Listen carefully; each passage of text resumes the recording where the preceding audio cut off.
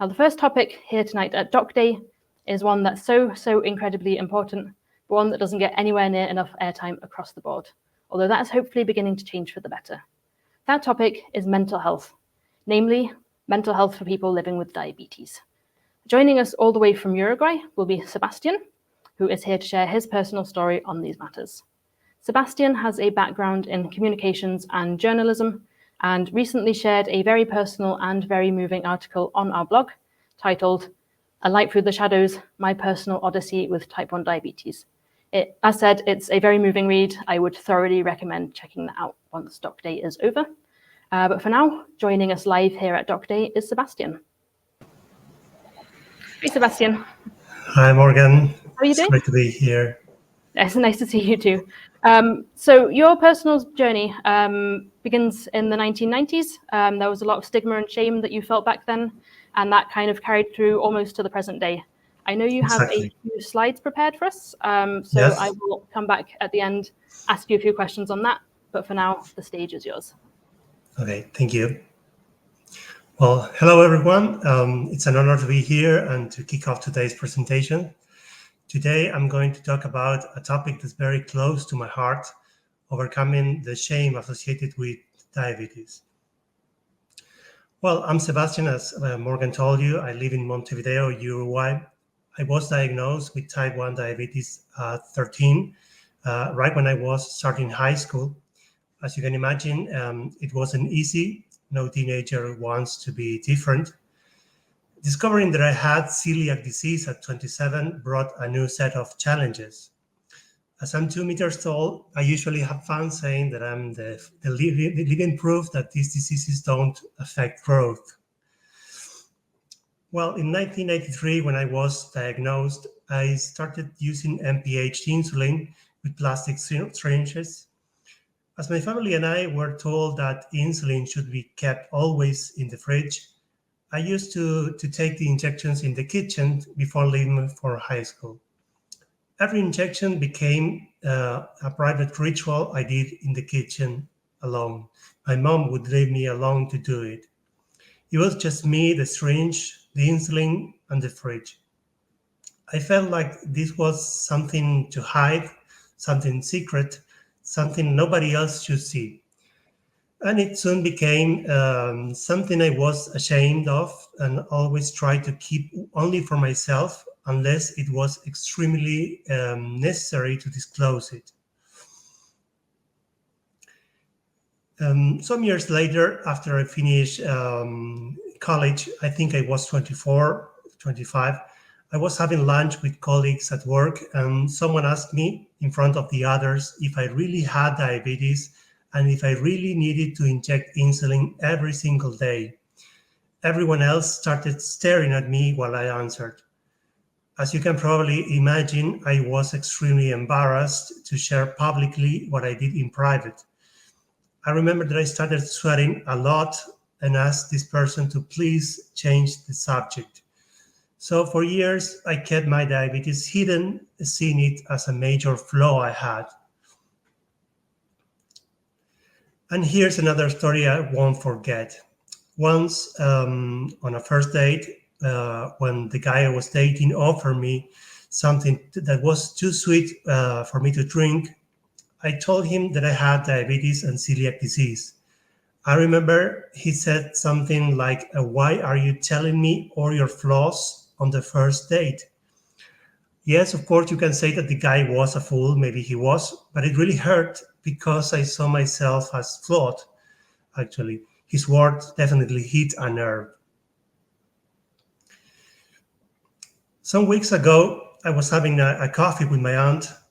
When she saw me using my insulin pen, she mentioned that she could never understand why my uncle, who was a doctor, was so ashamed of being a T1D.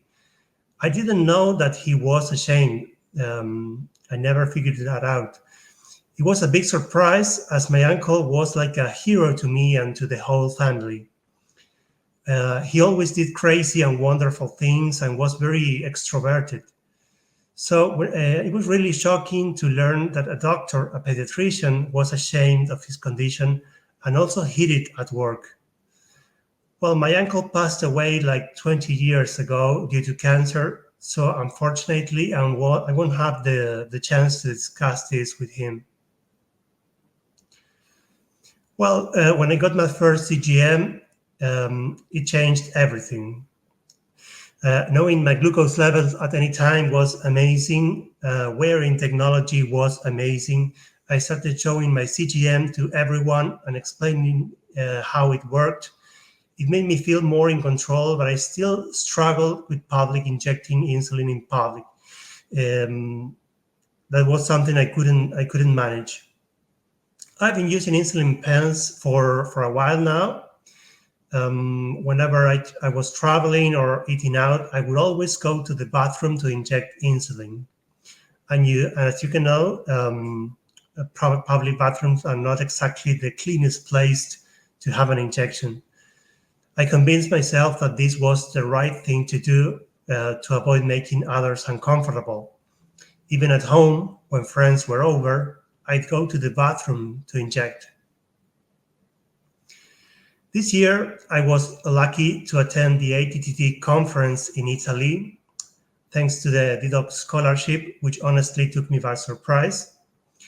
Being there in Florence, surrounded by other T1Ds, doctors, and specialists in the field, I realized that it was ridiculous to be ashamed of injecting insulin in front of them, as they were all used to seeing that. So I started doing it during the conferences, and then I continued at restaurants with the other dedoc advocates. It felt completely natural. I kept doing injecting insulin whenever I needed to. For a few additional days I stayed in Italy. I did it on the plane back home, and now I keep doing it at the office, in front of my colleagues, in front of my family, in front of my friends, literally everyone. Well, each public injection now feels like a superpower, actually, as I feel stronger when I do it. And the more I do it, the easier it becomes. Overcoming shame takes time, of course, but sharing our stories and educating ourselves and others can help a lot. When I came back from the ATTD conference, I decided to start sharing information and resources in Spanish, specifically for people with diabetes in Uruguay. It's my way of helping others understand diabetes, from the basics to the latest advancements in technology that are increasingly accessible. Well, I hope my story, inspires those of you who might be experiencing shame to take steps toward overcoming it. And remember that every time you share your story, just like I did today, you make it easier for others to open up. Thank you for listening. Thank you so much, Sebastian, for sharing all of that. Before I get into some questions, we actually have a few comments from the audience, mostly just that their story really resonated with them. So first up, we have Catherine Manson, who said, "The kitchen was my safe place too when I was a kid." Heather Koga says she can relate, many moments of feeling shame and that she feels really harassed by it all. And one really lovely comment from Nupur. "Your uncle will be proud of you, Sebastian. Thank you for sharing and being vulnerable. Also love the kitchen as a safe space." Thank you. So I've got a couple of questions for you. You said you only started injecting insulin recently. How did your family and friends react when you started injecting insulin in front of them? Because obviously you'd hidden it for quite a long time. Yeah, well, the reactions were all positive and supportive. They understood that the importance of my condition and wanted me to feel comfortable managing it openly. Some were curious and asked questions, which gave me an opportunity to educate them about diabetes. I love it when they ask questions if they're curious instead of pretending that nothing's happening. Oh, that's really lovely. I'm glad to hear that. And what about the general public? You said you've also started injecting in public and that for you, it's now a superpower. What have the reactions been like to that? Has it been all positive or have you received anything negative?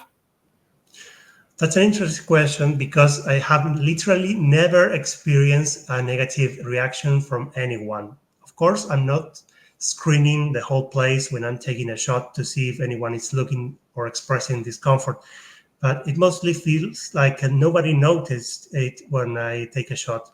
It feels completely natural and just like taking an aspirin. Oh, nice. We have a comment in actually on this subject from Anna from Spain, who says, it can take a while to process and enforce, but if other people are uncomfortable with us getting an insulin shot in public, that is their problem, not ours. Absolutely agree, Anna. And I do have one last question for you. How have social media and the online communities helped you deal with the shame and stigma that you initially felt because of your diabetes? Well, they have been incredibly helpful. In my country, we have 2 organizations dedicated to diabetes, but they are not very good at creating bonds between people with T1D. So it's great to have the opportunity to share experiences with other people with diabetes from all over the world in platforms like Facebook, Instagram, but also in apps like the one by Beyond Type 1. Also, I think it's mind-blowing that the Diabetes International Committee has accomplished in the last years. Not only the We Are Not Waiting movement, but also the dedoc organization, which has changed the life of so many people with diabetes, including mine, of course. I think it's great, and now I'm trying to start my own Instagram account to provide others what I've been receiving during the last years. And the positive feedback and messaging of encouragement I receive from my followers have been really empowering. These interactions remind me that I'm not alone, and that by sharing my story, like I did today, I can help others feel more confident and less ashamed of their diabetes. Oh, that's really lovely. Well, thank you, Sebastian. I'm really grateful that you came on today, took the time to be here, and were so open with your mental health. And yeah, wishing you a lovely evening ahead. Thank you. So a quick PSA before we move to our next guest, which will also be on the topic of mental health. If you are struggling with mental health, please remember you are not alone. If you feel like you can, reach out to those around you. If you feel like it's getting to a critical situation, don't hesitate to reach out to mental health organizations in your country.